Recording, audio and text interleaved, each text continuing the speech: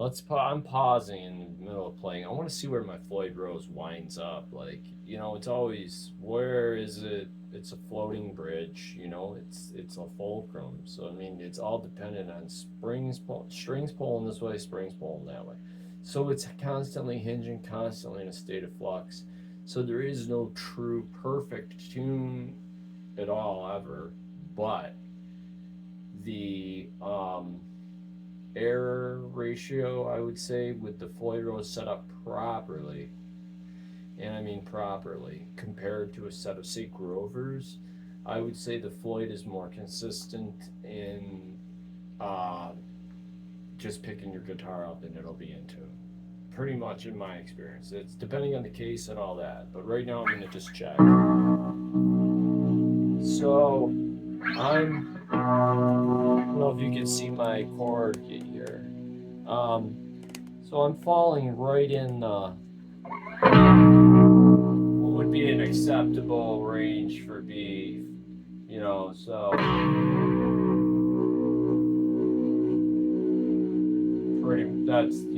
perfect.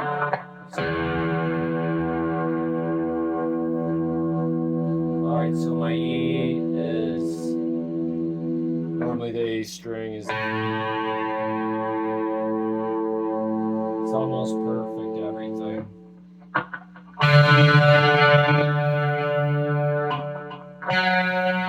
This was, F sharp was flat.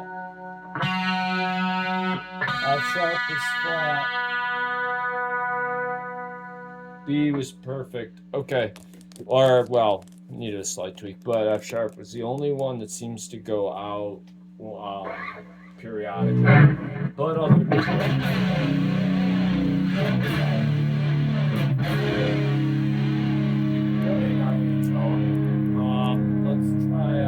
let's try with the B.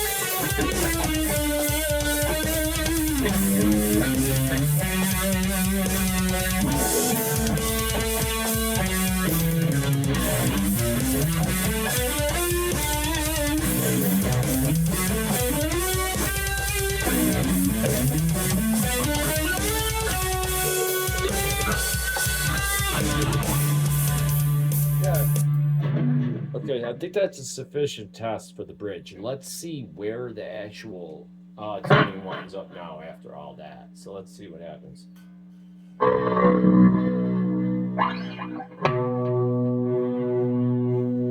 Okay, I am right at almost, I am just flat of B.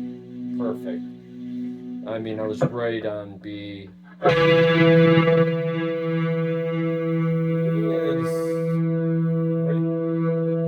Maybe a little, went a little flat, maybe. Again, A was, I mean, a fraction flat. I mean, hardly, these are like, these readings are so precise.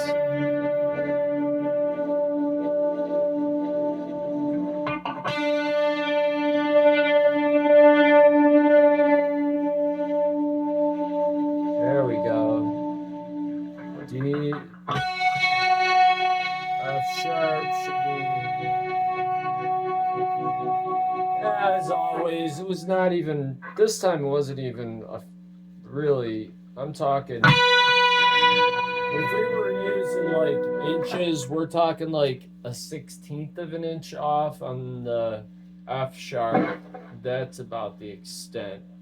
And a little flat on my low string. I mean, maybe one, God, what are we going in the 30 seconds? Yeah, like 1/32 out. I mean, bare nothing. Sorry, still drinking coffee, waking up. But I think the Floyd on this Kramer Beretta is going to be this. You know, it's not going to vary much, as long as it's the Floyd Rose 1000, and it's really got a. One thing I was worried about is the problem with a lot of these is the dowels that they put into this body. If it's a softer wood, needs to be a hard wood, so they can drill into those and mount the posts for the Floyd Rose, for the the fulcrum style or the free floating trem. You don't want those migrating forward, and I've seen that on cheaper basswood guitars without reinforced or just like pine dowels put in there, like cheap garbage. And now I notice they're doing it a little better. This being a maple body, they might have gone directly into the hardwood and not even had to do that. And they're absolutely perfectly at a 90-degree angle, so there's no deviation there. So I would say that most 80s metal guitars would lock with your. This is important, and that doesn't matter if you have Spurzels or whatever. You could have junk behind. If this is tightened down, that is a huge, takes the tuner quality out of the equation massively. You still need good tuners, but and that's super important because these do slip.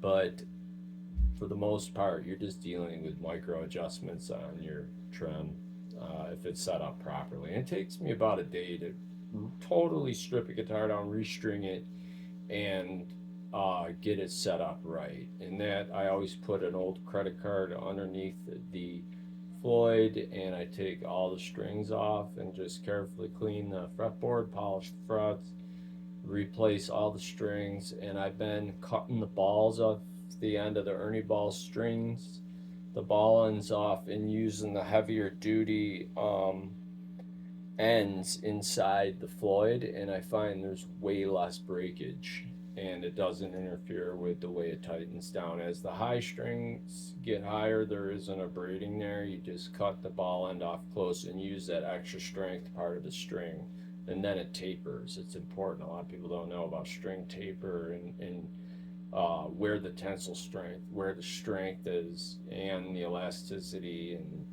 I don't know how. I'm not a metallurgist. I don't know, but all I know is you're not supposed to have the balls dangling around on the end of your guitar. You really want to use the side that's meant to be at the bridge, trimmed and put into the Floyd, and always lubricated, cleaned with a Q-tip. Maintenance is important. Checking, your levels with the 3mm, and never turn the knife edge on a Floyd Rose.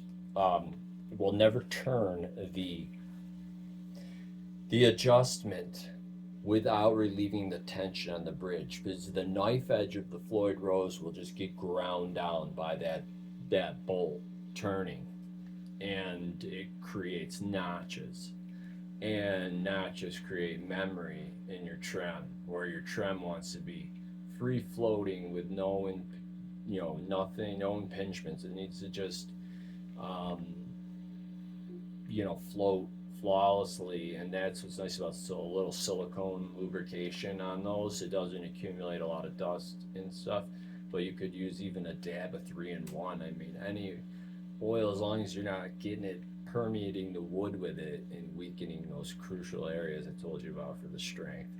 So my advice with the Floyd is to take your time and plan on that time, and leave the back open so you can make adjustments to these two screws. Once you get it somewhere in the ballpark, you're going to need to tighten and loosen those springs to get it. I essentially tune it with the springs. Once I zero out, put my fine tuners at zero amount, and then I tune through the tension on the back of the guitar, and that way you get perfection eventually. So you just open it and it's working, and that's assuming your strings are stretched. That's very important, or otherwise it's meaningless. So that's after you've played it. Sometimes stretch the strings. Everything is. Then you get it retuned. Lock these at the top. Set it up with the normal tuners. Get it tuned. Lock those, and then you should have room to go up or down with your fine tuner. So zero them out, and then just make sure to, like I said, keep the back open, and then you're going to make your fine adjustments with your Phillips head screwdriver. And I mean like just micro turns. And when you're getting it with a digital tuner almost perfect, just micro tuning it, moving it, playing it, rechecking it, or tuning it and rechecking it again and again. And eventually it'll settle in to where every time it goes back to the proper note that you want to play, whatever key you play in. Or drop tuning does not work on these unless they're blocked, okay? And that means you could only dive. That's how Eddie Van Halen had the D-Tuna mod for the Floyds I used to use, but you had to put like a 9-volt in your Ibanez to stop the float of the trem. So that's my long-winded, in-depth Floyd Rose feelings on how you can maintain